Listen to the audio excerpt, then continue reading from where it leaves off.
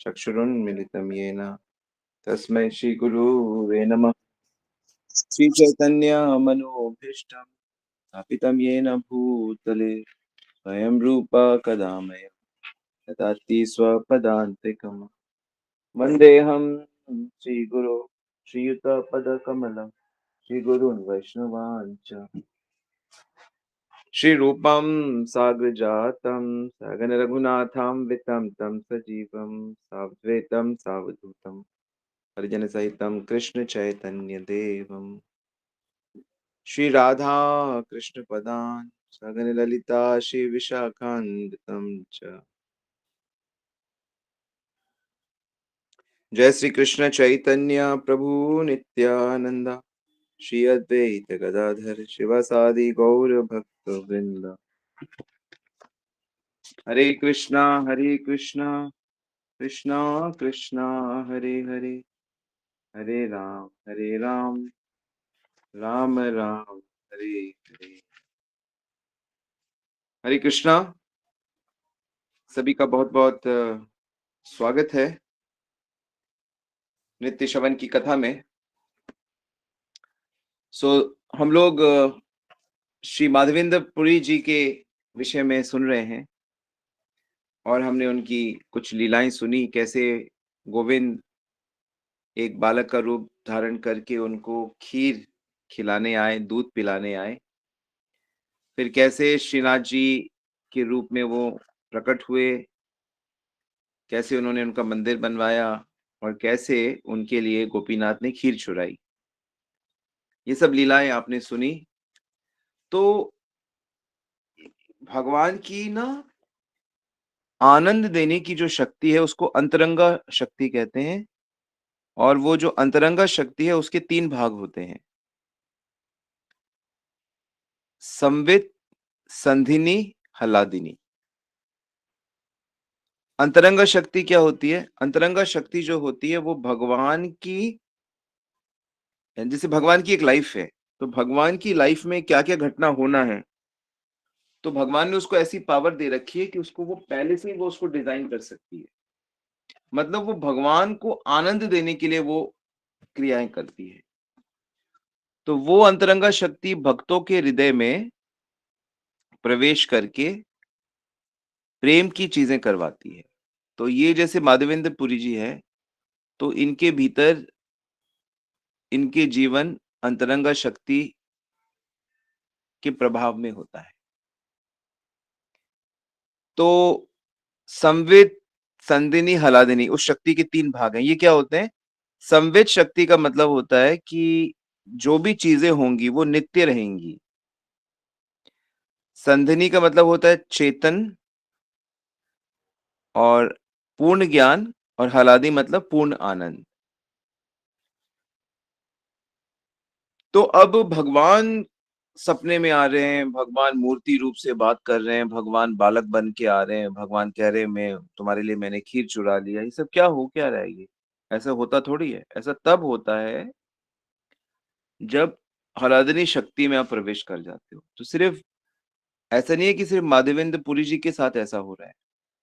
जो भी भक्त भगवान की भक्ति शुद्ध तरीके से करेगा, तो वो इस अंतरंगा शक्ति के प्रभाव में आ जाएगा। और जो भी भक्ति नहीं करेगा, वो बहिरंग शक्ति के प्रभाव में रहेगा, और उसके अंदर सांसारिक इच्छाएं, सांसारिक द्वेष, सांसारिक काम, क्रोध रहेगा। उसके जीवन में जन्म मरण रहेगा। उसके जीवन में भगवान से सिर्फ मांगना रहेगा। ऐसा नहीं है कि बहिरंगा वाला पूजा नहीं करते, क्या हम लोग पूजा नहीं करते हैं, क्या हम लोग जप नहीं करते, लेकिन अभी हमारा जो भक्ति का भाव है वो बहुत बेसिक लेवल पे है। हम लोग बस भगवान से संसार मांगते रहते हैं, कहते नहीं है हम पर, लेकिन हमारे अंदर यही रहता है। हम भगवान कहते हैं त्रिविधा नरके सिदम द्वारम नाशनम आत्मनम काम क्रोध तथा लोभा तस्मादेतम त्रयम त्यजेत। कि काम क्रोध लोभ जो नरक के द्वार हैं, तो इसको मनुष्य को त्याग देना चाहिए। लेकिन हम लोग तो काम क्रोध लोभ में ही जीते हैं। काम मतलब कामना है।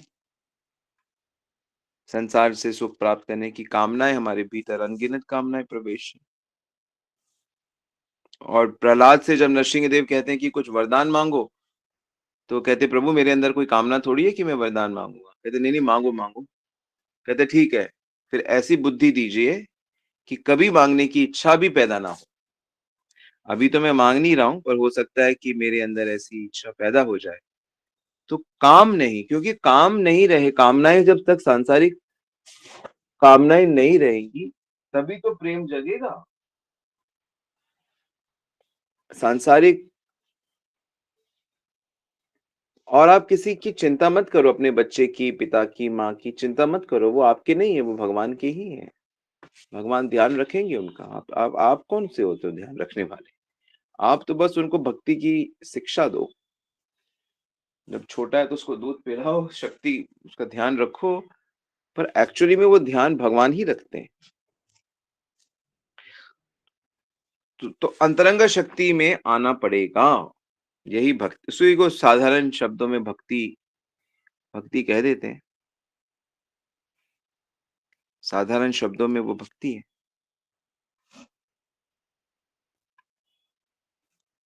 तो माधवेंद्र जी को भगवान ने क्या आज्ञा दी थी कि मेरे को बहुत गर्मी लगती है वृंदावन में, और वृंदावन में गर्मी बहुत तेज होती है।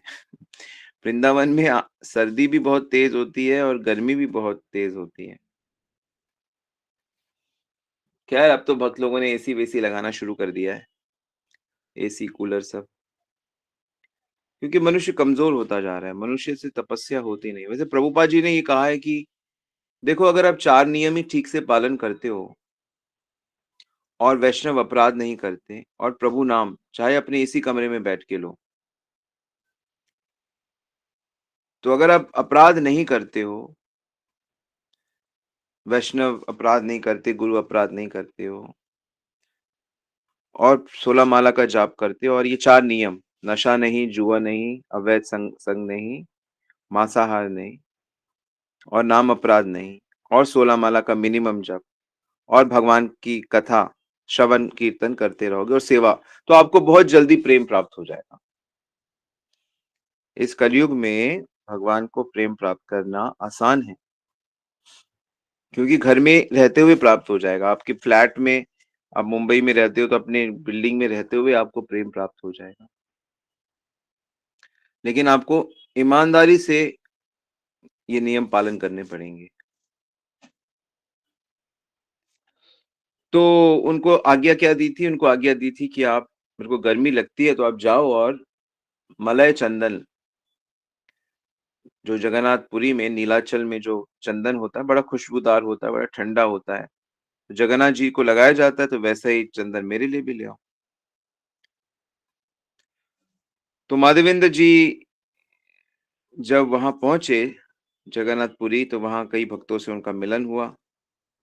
तो उन्होंने बताया कि मुझे ऐसे ऐसे मलयत चंदन और कपूर लाने का आदेश हुआ है। तो तो एक मन, एक मन यानी कितना, 40 किलो या 100 किलो, एक मन चंदन एक बैलगाड़ी में लादा और 20 तोला कपूर, सुगंधित कपूर, उसकी व्यवस्था करी भक्तों ने और उसको लेकर वो वृंदावन के लिए चल पड़े। अब वृंदावन के लिए चले तो रास्ते में जगन्नाथपुरी से लगभग 5 घंटे, रेल से जाओगे तो 5 घंटे या लगभग 250 किलोमीटर या 300 किलोमीटर दूर वही बालेश्वर है, रैमुना। वहां पहुंचे, गोपीनाथ जी का मंदिर जहां था, जहां पे गोपीनाथ का नाम ही पड़ गया, खीर चोरा गोपीनाथ। तो फिर से वो वहीं पे आए, इस बार उनके साथ बैलगाड़ी भी थी। तो खीर चोरा चोरी की जो घटना थी, उसने भक्त और भगवान को बड़ा निकट ला गए। भक्त भगवान के बहुत निकट आ गए। वास्तव में हमें भगवान से निकटता अनुभव करनी, जैसे होता है ना कि हमारा दोस्त होता है कोई, तो पहले दिन से तो बहुत निकट नहीं होते ना, पहले दोस्ती होती, फिर धीरे धीरे जीवन के पथ पे जैसे जैसे हम आगे बढ़ते हैं तो हमें इंटीमेसी बढ़ती है। चाहे वो पति-पत्नी का रिश्ता हो, चाहे माता-बेटे का भी रिश्ता हो, हर रिश्ते में धीरे-धीरे गहराई आती है। ऐसे ही हमें प्रभु के साथ हमारा रिश्ता है वो गहरा होता जाए।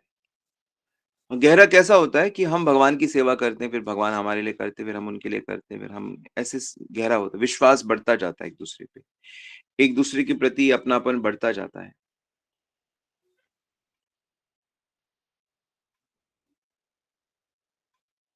तो इस बार जब वो वहां पहुंचे गोपीनाथ के मंदिर में, तो अब वहां तो सबको पता चल ही गया था कि यही वो भक्त है जो कुछ दिन पहले जिनके लिए ये चोरी वाली लीला हुई थी। तो उनका तो बहुत सम्मान हो रहा था, उनका तो बहुत। तो वास्तव में भक्तों का, गुरुओं का, आचार्यों का जो सम्मान होता है ना, वो वास्तव में भगवान कर रहे होते हैं। ऐसा लगता है कि बहुत से लोग इनको प्रेम कर रहे हैं, वो क्यों कर रहे हैं? वो भगवान प्रेरणा देते हैं। तो जो जो जो भक्त होते हैं, पक्के भक्त होते हैं, वो इस बात को समझ जाते हैं कि जो कुछ प्राप्त हो रहा है, जो भी भक्तों का प्रेम प्राप्त हो रहा है, ये वास्तव में भगवत प्रेम है। भक्तों से प्रेम करना या भक्तों का प्रेम पाना ही तो भगवत प्रेम है। भक्तों से प्रेम करना ही यानी कि आपका भगवत प्रेम बढ़ रहा है।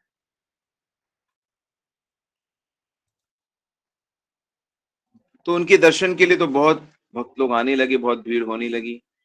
पूजा, आरती, नृत्य के पश्चात माधवेंद्र जी ने प्रसाद ग्रहण किया, रात को वहां रुके। और रात को एक अद्भुत घटना होती है।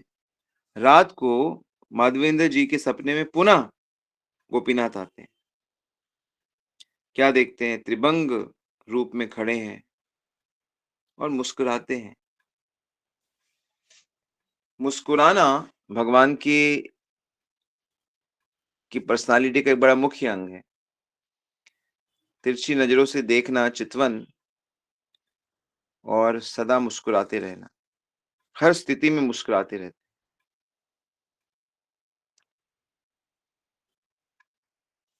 सदा मुस्कुराते हैं, भगवान को पहचानते भी ऐसे ही हैं। बहुत सारे लड़कों में अगर कृष्ण सांवले लड़कों में भी खड़े हैं, तो सुंदरता चाहे सब में हो, गोलोक में सब लोग सुंदर हैं, लेकिन भगवान सदा मुस्कुराते रहते।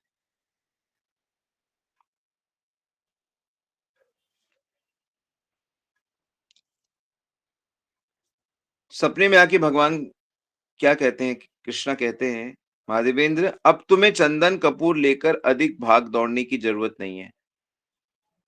तुम्हारा चंदन और कपूर तो समझो मुझे मिल गया। अब तुम गोपीनाथ जी के अंग में ही प्रतिदिन चंदन और कपूर का लेप करो। उसी से मेरा देह शीतल हो जाएगा। जो गोपीनाथ हैं वही मैं हूँ, मेरे और उनके शरीर में भेद नहीं। मतलब जो मूर्ति, विग्रह जो गोपीनाथ के गोपाल के वृंदावन में है, श्रीनाथ जी के, और यहाँ पे खीर चोरा गोपीनाथ, तो सपना आ रहा है कि उन्हीं को लगाओ। तो भगवान का ये भेद नहीं होता। आप ये ना सोचो कि यहाँ के भगवान अ, छोटे हैं या अलग हैं, नहीं, सेम ही भगवान है। चारों तरफ भगवान का सेम ही होता है। फिर भी भक्त लोग दर्शनों के लिए अलग-अलग स्थानों पे जाते हैं, पर कभी भी उनको बड़ा नहीं मानना चाहिए कि वो बड़े हैं या छोटे हैं। ये अपराध हो जाएगा फिर आपसे। आप कहोगे नहीं, बिहारी जी बड़े हैं और हमारे वाले गोपाल छोटे हैं, हमारे, तो ये अपराध हो जाएगा, सेवा अपराध हो जाएगा। वास्तव में धाम जाया जाता है भक्तों का संग करने के लिए और सेवा करने के लिए।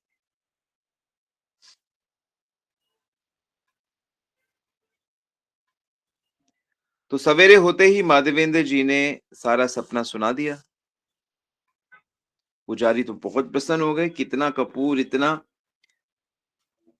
और गर्मी का समय चल ही रहा था, और कहाँ से लेकर आ रहे थे।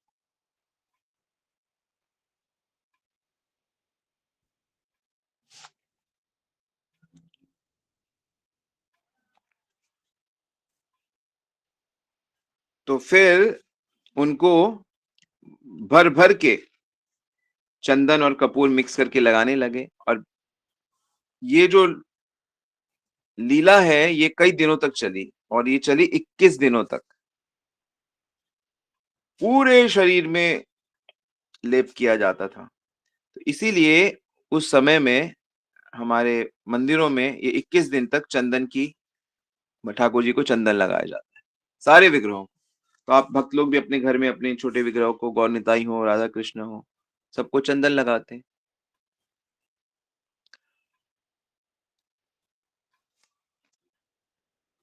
तो इस प्रकार से माधवेंद्र जी ने यह चंदन यात्रा शुरू कर दी और उन्होंने ये संकल्प लिया था कि भगवान को प्रकट होना पड़ेगा। भगवान जब तक प्रकट नहीं होंगे, श्री कृष्ण तब तक लोगों का उद्धार नहीं होगा। तो उन्होंने संकल्प लिया था और वो अपने संकल्प को कैसे पूरा करते थे कि हर पवित्र कुंड का जल लेकर वो अपने शालिग्राम का अभिषेक करते थे। क्योंकि उनका ये था कि मैं भगवान प्रकट होने चाहिए। तो झारखंड के गहरे घने जंगलों में भी वो ध्यान जप करके प्रभु को पुकारते थे। और इधर जो शांतिपुर में अद्वैताचार्य थे उनके शिष्य, उनको भी उन्होंने बोला था कि तुम भगवान का तुलसी जल से उनका अभिषेक किया करो और प्रार्थना किया करो। तो जब चैतन्य महाप्रभु, गौरांग महाप्रभु प्रकट हुए थे नवद्वीप में, तो माधवेंद्र जी उस समय पृथ्वी पे थे और वो गए और उनके बाल रूप के, गौरांगा के बाल रूप के दर्शन किए थे उन्होंने। जगन्नाथ मिश्र के घर जाकर उन्होंने श्री गौरांगा के महाप्रभु के दर्शन किए थे। वो छोटे थे तब, और तब उनका जीवन का कि आह मेरा जीवन सफल हुआ।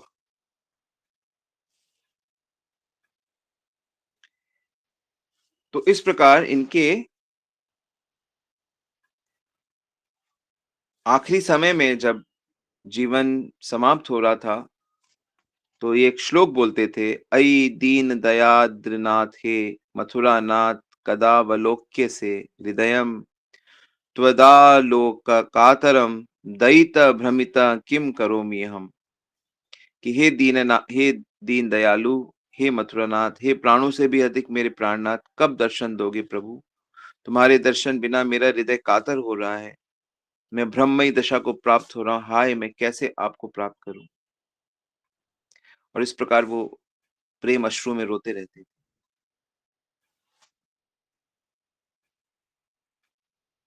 तो ऐसे महान वैष्णव थे श्री माधवेंद्र पुरी जी।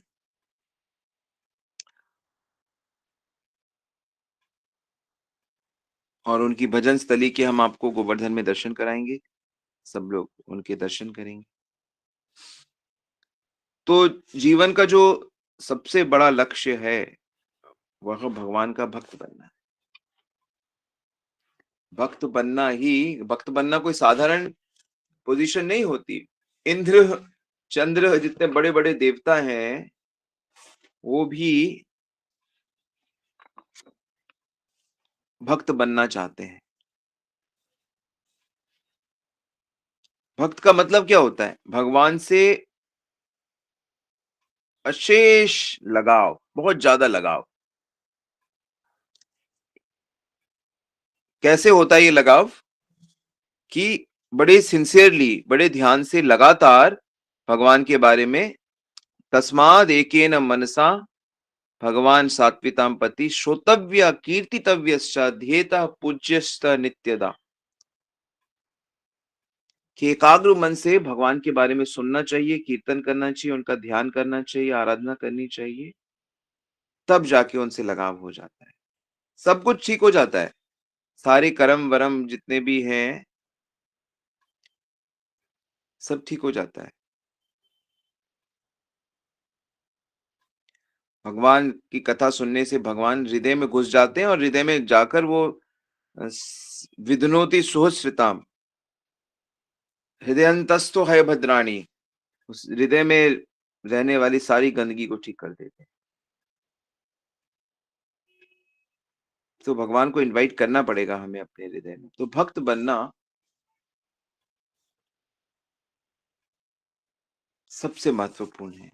क्या बनना है हमें? अंध भक्त नहीं बनना है, शरणागत भक्त बनना है कृष्ण का।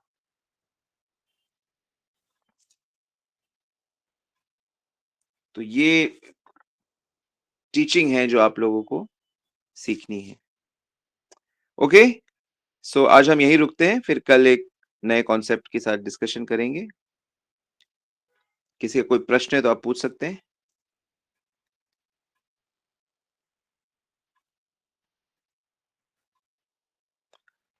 तो छोटी सी कथा आज जो पार्ट रह गया था। सो कोई प्रश्न है तो आप, स्वागत है आपका।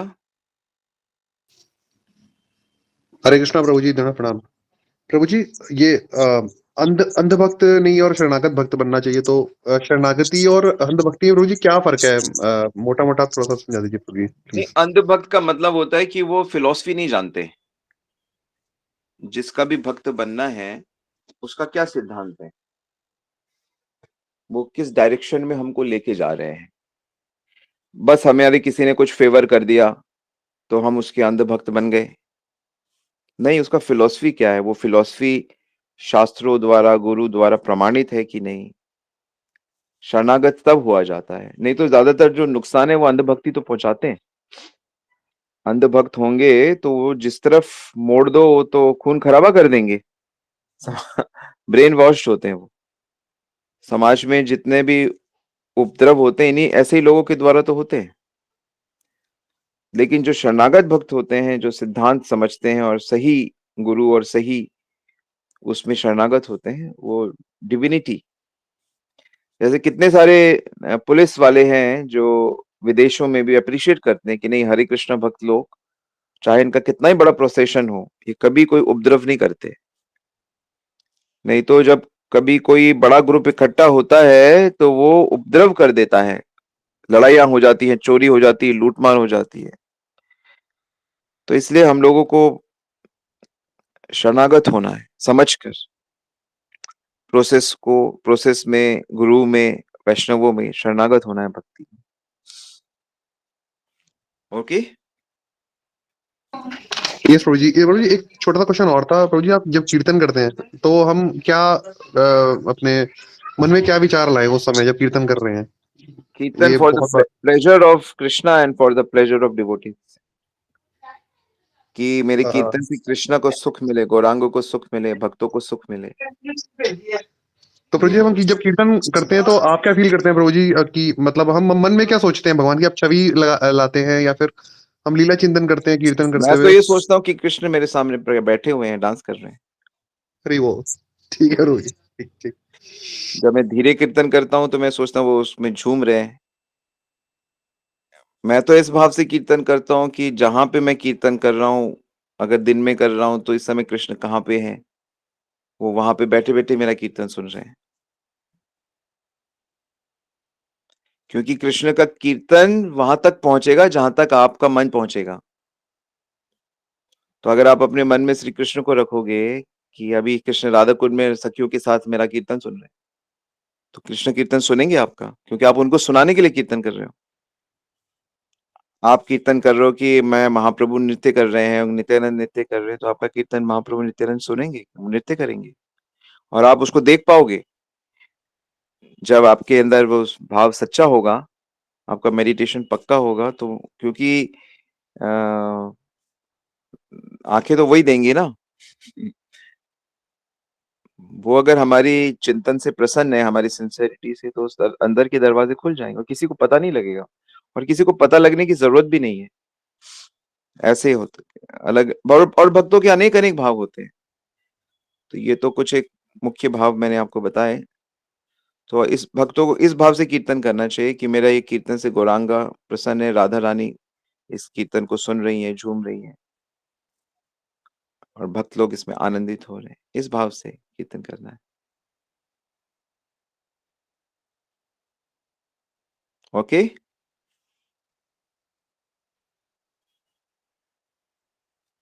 और प्रभु जी इसी से रिलेटेड सिमिलर क्वेश्चन है कि जब हम जब करते हैं तो फिर हमें यही सोचना है कि हमें कृष्ण को सुना रहे हैं, या फिर उस समय क्या माइंड प्रोसेस, क्या थॉट प्रोसेस रहना चाहिए प्रभु जी?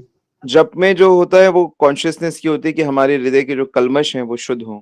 तो प्रभु नाम है, प्रभु नाम है, तो प्रभु हमारी जिह्वा पे नृत्य करें, हमारे हृदय में नृत्य करें। उनके नृत्य से हमारा कल्मश नाश होता है। और भी अनेक-अनेक भाव हैं कि भगवान का नाम लेने से भगवान को वास्तव में अपने भक्तों की याद आती है, क्योंकि भगवान का नाम भगवान के भक्त लेते हैं।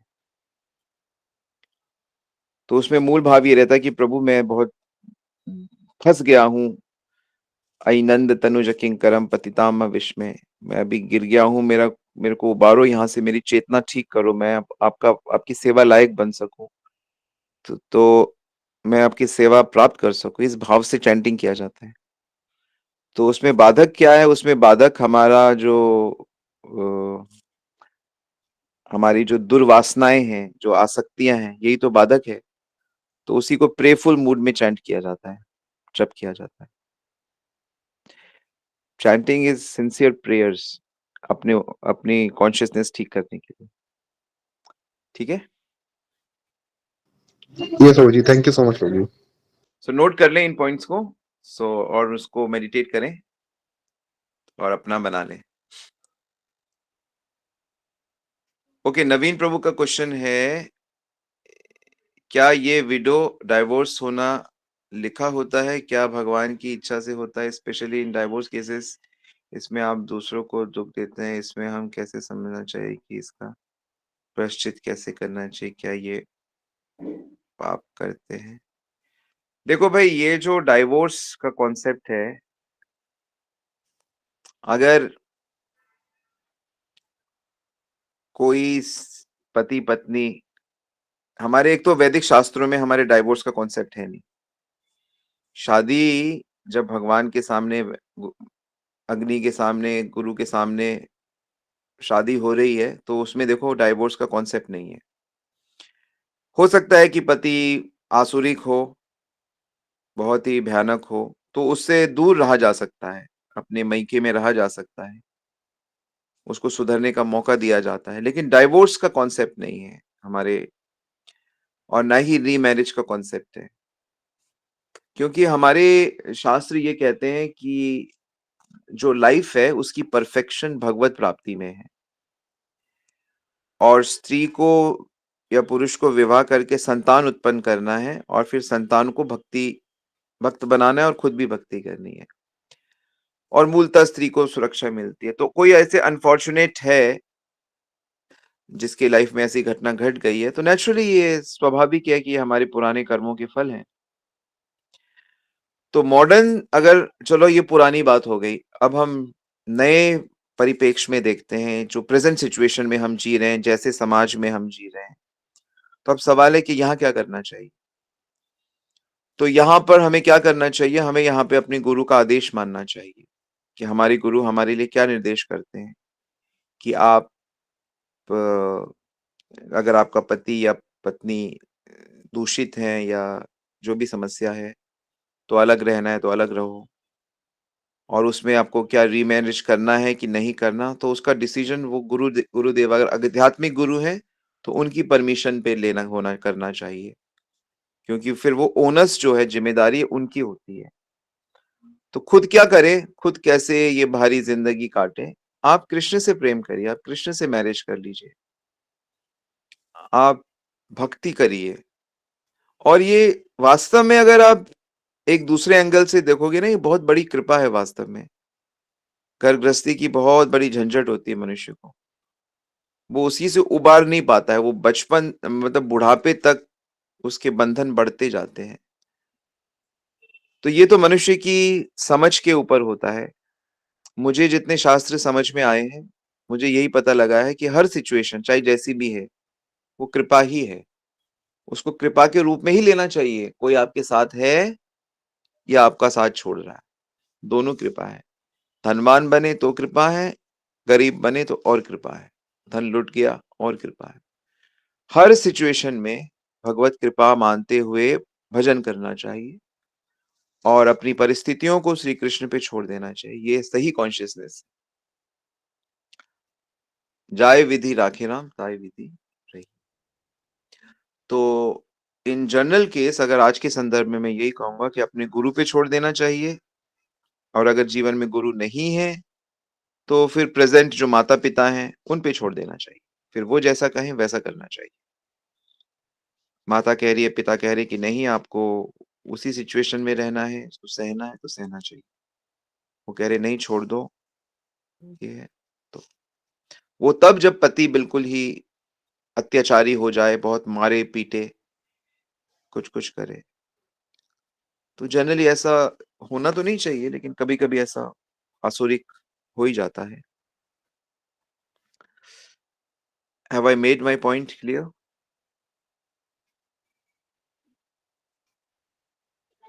जी गुरुदेव, इसमें मेरे को जो क्वेश्चन रह गया वो यही रह गया गुरुदेव, अगर किसी का हो जाता है, ठीक है, तो उसमें उसका रिपेयरमेंट कैसे करना चाहिए, उसका पश्चाताप कैसे करना चाहिए? पश्चाताप आप क्या कर सकते हैं? पश्चाताप की तो यहाँ जगह ही नहीं है। हरिनाम जो आप जप कर रहे हैं, वो सारी पश्चाताप और सारी कमियां ठीक करता है। क्योंकि पश्चाताप करने के बाद भी मनुष्य पाप करेगा, गलती करेगा, क्योंकि उसके अंदर बीज वैसे हैं। तो कृष्ण भक्त बनना ही एक्चुअली में वास्तविक पश्चाताप होता है, क्योंकि वो पाप करने की प्रवृत्ति को खत्म कर देता है। ये चीज, ठीक है। जी गुरुदेव, क्या मतलब ये और लिखा हुआ होता है प्रभु स्त्री में जी, या सुख नहीं है, मतलब? पुरुष में सुख नहीं है। स्त्री से पूछो तुम्हें सुख है, वो तो कह रही मैं तो पुरुष में सुख ढूंढ रही हूँ। पुरुष कहता है मैं स्त्री में सुख, ना स्त्री में सुख है ना पुरुष में, दोनों दुखी हैं। सुख भगवत भक्ति में है, सुख भगवत भक्तों के संग भक्ति करने में है। ये हमारा भगवत गीता का फिलॉसफी है, हम तो इसी को पकड़े हैं, और कोई कुछ भी कहे हम उसको नहीं मानते, वो अज्ञान है। तो क्या ये हरि बोल। यस। गुरुदेव लिखा हुआ होता है, या मतलब आपकी नहीं लिखा हुआ क्या, आपने जैसे कर्म किए हैं उसका फल तो मिलेगा ना आपको। जैसे हर जीव है, हर जीव एक दूसरे के साथ अपने कर्मों के प्रभाव में संग होता है। जब उसके कर्मों का लिखा? फल आता है, दूसरा जीव आपकी लाइफ में आना है या ये जीव दूसरे की लाइफ में जाना है, जब कर्मों का वो खत्म हो रहा है तो आप कुछ कर नहीं सकते दादा। बस प्रे करो कि जहां भी रहे सुखी रहे। हुआ होता है, या मतलब कर्म प्रधान है, आप कर्मों का करते हो फल रूप से इसको होता है। ऐसा? नहीं करते हो तो वही ठीक है रिजल्ट गुरुदेव। के रूप में आता है ना भाई। आज का प्रयत्न कल का भाग्य है ना। आज जो आप कर्म कर जी रहे हो वो गुरुदेव। कल का भाग्य है आपका। भाग्य क्या होता है? पहले हम्म, के किए गए कर्मों का फल ही तो है, और तो आप ही के हाथ में तो है। तो मनुष्य यदि जी बहुत बार, जैसे कि मनुष्य को सहनशील होना चाहिए। आजकल की जो समस्या है वो मेन है कि मनुष्य सहनशील नहीं है, इसलिए वो उग्र है। सहनशीलता रूपी कर्म नहीं कर रहा, वो उग्र कर्म करता है, तो उग्र कर्म का फल उग्र होगा। ये चीज है। तो मनुष्य को इन जनरल संतोषी होना चाहिए, सहनशील होना चाहिए, आज्ञाकारी होना चाहिए। ये अच्छे कर्म है। इन अच्छे कर्म का जो रिजल्ट है वो लॉन्जिविटी होता है, लंबाई होती है, रिलेशनशिप्स लंबे होते हैं, रिलेशनशिप फुलफिलिंग होते हैं। इसीलिए देवताओं की जो लाइफ है इतनी लंबी होती है, क्योंकि वो लोग अच्छे गुणों के से युक्त होते हैं वो।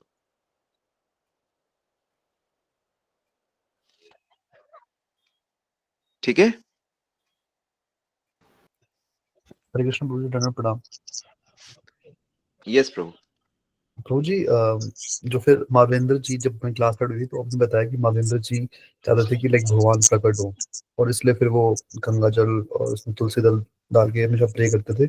तो फिर उनको फिर चैतन्य महाप्रभु लाइक के दर्शन हुए, मतलब उस टाइम फिर मिल पाए, लाइक भगवान मिले आपको? हुए ना, मैंने बताया ना, वो नवद्वीप जाके उन्होंने दर्शन किए ना, गौरांगा के बाल रूप के दर्शन किए। यस। आप भी मेडिटेट करो, आप भी प्रे करो, आपको भी दर्शन हो जाएंगे। कॉन्शियसनेस प्योर है, भगवान से प्रेम का भाव है, तो हो जाएगा। भगवान तो सदा ही दर्शन देंगे आपको, एक बार आप प्रेमी बनो तो फिर कभी छोड़ेंगे थोड़ी, और ना ही आप कभी छोड़ोगे ना वो आपको छोड़ेंगे। जी गुरुदेव, हरे कृष्ण। ये तो बद्ध जीव में ऐसा लगता है कि पता नहीं भगवान मिलेंगे कि नहीं मिलेंगे, वो तो बद्ध जीवन है ना ये, इसलिए इतना डाउट संशय रहता है। इतना डाउट होता है कि रामायण और महाभारत और पुराने जो भक्ति के जो स्टोरीज हैं उन सबको काल्पनिक मानते हैं, इतना ज्यादा संशय, राइट? That's true.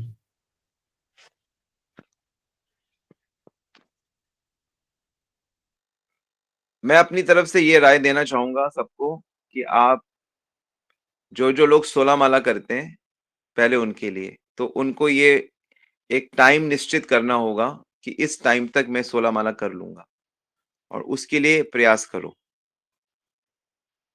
कि इस टाइम तक मैं 16 माला कर लूंगा। चाहे वो आप वो टाइम खुद फिक्स करो, चाहे 12 बजे दोपहर तक, या सुबह 9 बजे से तक कर लूंगा, या 12 या शाम को 6 बजे तक कर लूंगा, या दोपहर के 3 बजे तक कर लूंगा, या 7 बजे तक कर लूं। फिक्स करो। जो 8 माला करता है वो इसका फिक्स करे कि मैं इतने बजे तक 16 माला जरूर करूंगा। नहीं होती है फिर कोशिश करो, नहीं होती है उसे अचीव करो पहले, क्योंकि आपने टारगेट रखना है कि मेरे को सुबह 7 बजे से पहले मुझे 16 माला करनी चाहिए, या 9 बजे से पहले 16 माला खत्म करें, तब आपकी माला बहुत अच्छी क्वालिटी की होगी। बहुत जल्दी आप काम क्रोध लो, बहुत जल्दी शुद्ध हो जाएगा आपका। समझ में आ रहा है सबको? जो 4 माला करता है वो फिक्स करेगा कि मैं इतने बजे तक कर लूंगा अपनी माला। तो माइंड को इस तरह से नियमों से बांधा जाता है, रेगुलेट किया जाता है, तब जाके धीरे धीरे आप आगे बढ़ोगे, नहीं तो बहुत टाइम लग जाएगा आपको। जनरली जब हम भक्तों के साथ मंगला आरती करते हैं, उनके साथ उठते बैठते हैं, प्रोग्राम करते हैं, तो हमारी माला ज्यादा होने लगती है। इसलिए सुबह उठ के मंदिर जाना चाहिए, या कोई केंद्र आसपास हो तो वहां जाना चाहिए और जप करना चाहिए।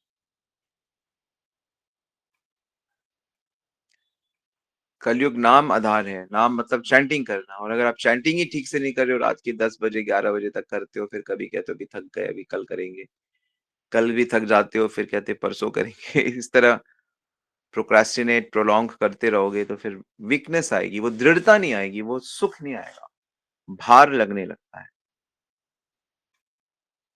इसलिए निद्रा छाड़ी उठो जीवा, विवाह हरि शेषा, आलोक प्रवेशा। निद्रा छाड़ी, नींद वींद छोड़ो अभी, नींद को ज्यादा तवज्जो मत दो, जब थक जाओगे नींद अपने आप आ जाएगी। लेकिन सुबह जल्दी उठ के चैंटिंग करो, मंगला आरती करो।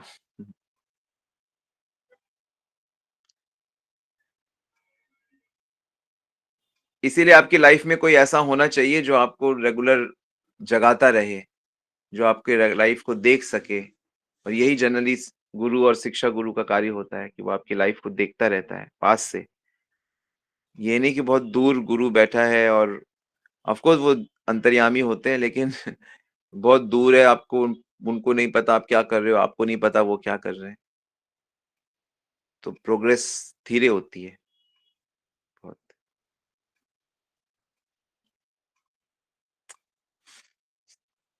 ओके,